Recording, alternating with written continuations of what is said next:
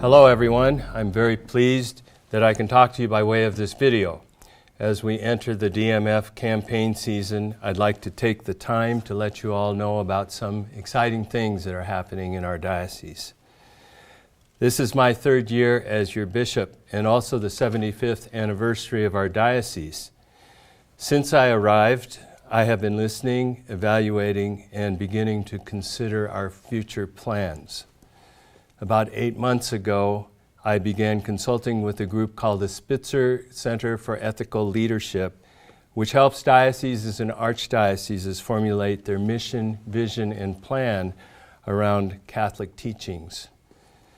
As a part of this process, taking into consideration the listening sessions that were held in the deaneries before I arrived, I called together the Presbyteral Council and the Council of Deans this past November for 2 days to hammer out a proposal for a mission statement with goals for our diocese for the next 3 to 5 years. During the 75th year, a strategic plan will begin to roll out for the future mission, vision, and goals of the diocese. The Spitzer Consulting Group has also already begun its work with our Chancery staff around the new proposal for the mission of our diocese, and our councils of priests will meet again to finalize our mission statement by the time you see this video. Around the values we hold dear to our Catholic faith of respect for life, faithfulness to the Catholic tradition, vigorous teaching and preaching the faith, and generosity in response to God's grace, we have identified 4 goals as the most important for our diocese for the next 3 to 5 years. These begin with goal number 1, how to better communicate. How to evaluate the effectiveness of incoming and outgoing communications and how we communicate our mission to the broader parts of the diocese, how we evaluate our effectiveness in communicating to you, and how we will be accountable.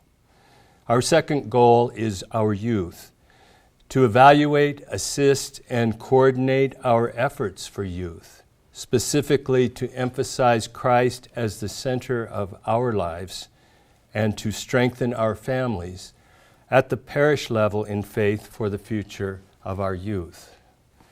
The third goal will be finances, to consider our existing resources and to look to possibilities for future revenue and to better look at how we allocate these resources across our diocese. And finally, to more intentionally foster and build fraternity among our priests.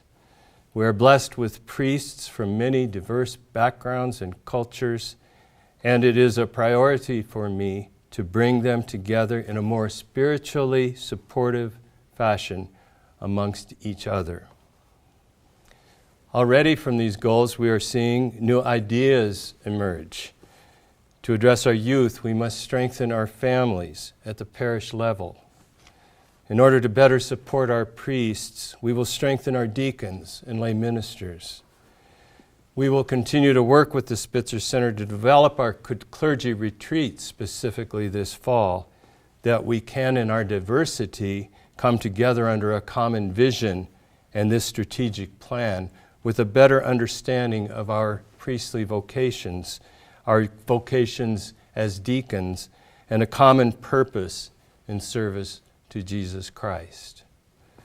We have changed our spring study days, which I hope you can attend, to include Sherry Waddell to bring us into discussion of our strategic plan and goals for our diocese. Sherry is the author of the book Forming Intentional Disciples, and you may wish to review her book in preparation for our study days ahead. National Encuentro 2018 will be in Grapevine, Texas.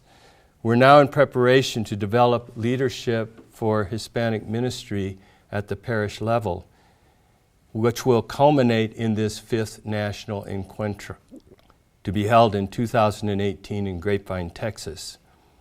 In these past months, we've experienced a wonderful response as we have already begun to identify and train our Hispanic brothers and sisters for parish leadership. According to our statement that is yet to be officially promulgated, but it is very much in process ahead, what we want to be by 2021, our vision, we will be a self-sufficient and well-informed diocese rooted in prayer, with a clear understanding of the teachings of the Church, living a sacramental life and looking to build the future of our church in southern Colorado, using our ministries and gifts together. I have been very careful to choose a path which will allow us to move forward together with a plan that will provide direction and soon real benefits in leadership to you at the parish level. This project will involve us all and will guide us prayerfully into unity and strength together. So as we prepare to celebrate our 75th anniversary and we look at what may be ahead for us as we roll out our strategic plan within these next 12 months, bringing it to the parish level, we will look forward to celebrations around the Feast of St. Therese on October the 1st and the Feast of Our Lady of Guadalupe on December the 12th. I note also that this is the 75th anniversary of the Diocesan Council of Catholic Women in our diocese, who have providentially and already made arrangements for an artistic reenactment of the spirituality and life of St. Therese, the Little Flower, on September the 15th. We have received ideas and offers of help from the Knights of Columbus and from other apostolates in the diocese. We will be informing you of opportunities for prayer and personal spiritual renewal in the year ahead. Also, we have discovered and investigated some relics held in a bank vault, Bishop Tafoya thinks, since the time of our first bishop, Joseph Wilging.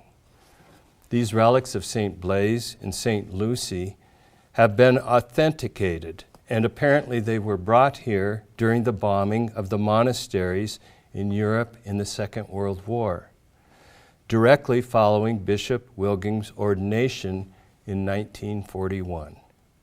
They will be installed sometime this year in the cathedral. There will also be a tour of Catholic relics hosted by the priest, Father Martins, who authenticated the relics for our diocese. This tour will be coming to you sometime in this next year. With all this said, I must say how strongly I appreciate your support over these past 3 years. I know that we are coming to know each other, to love each other, and we are coming closer together in serving Jesus Christ and His mission. With all that God gives us in the years ahead, please hear of my appreciation and thank you for your support for the DMF. And know that you and your families are in my prayers, and I'll be looking forward to seeing you soon. And God bless you all.